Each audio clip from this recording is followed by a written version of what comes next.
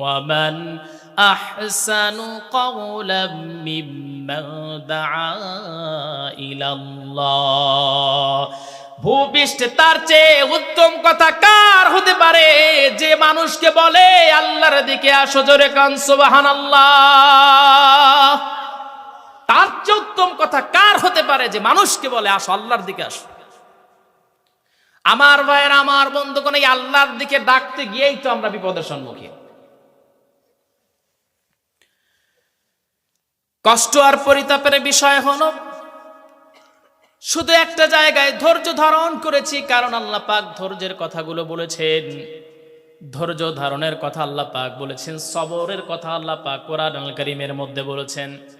আল্লাহ পাক বলছেন, ইয়া আইয়ুহাল্লাযীনা আমানুস্তাঈনু বিস-সাবরি ওয়াস-সালাহ ইন্নাল্লাহা মা'আস-সাবিরিন। সবাই বলে আল্লাহু আকবার। আল্লাহ পাক বলছেন, ইয়া আইয়ুহাল্লাযীনা আমানুস্তাঈনু বিস-সাবরি ওয়াস-সালাহ, হে ঈমানদারগণ, তোমরা নামাজের মাধ্যমে তোমরা ধৈর্য ধারণ করো।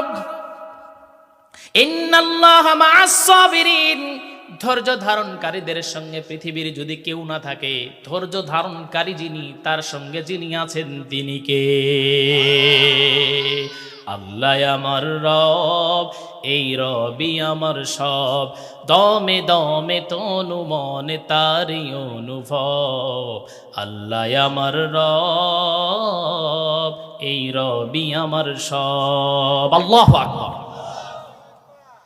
আমার ভাইয়ের, আমার বন্ধুগণ, আমরা রব হিসাবে যে আল্লাহরে মেনে নিয়েছি, সেই আল্লাহ পাক বলেন, বালিল্লাহু মাওলাকুম ওয়া হুয়া খায়রুন নাসিরিন।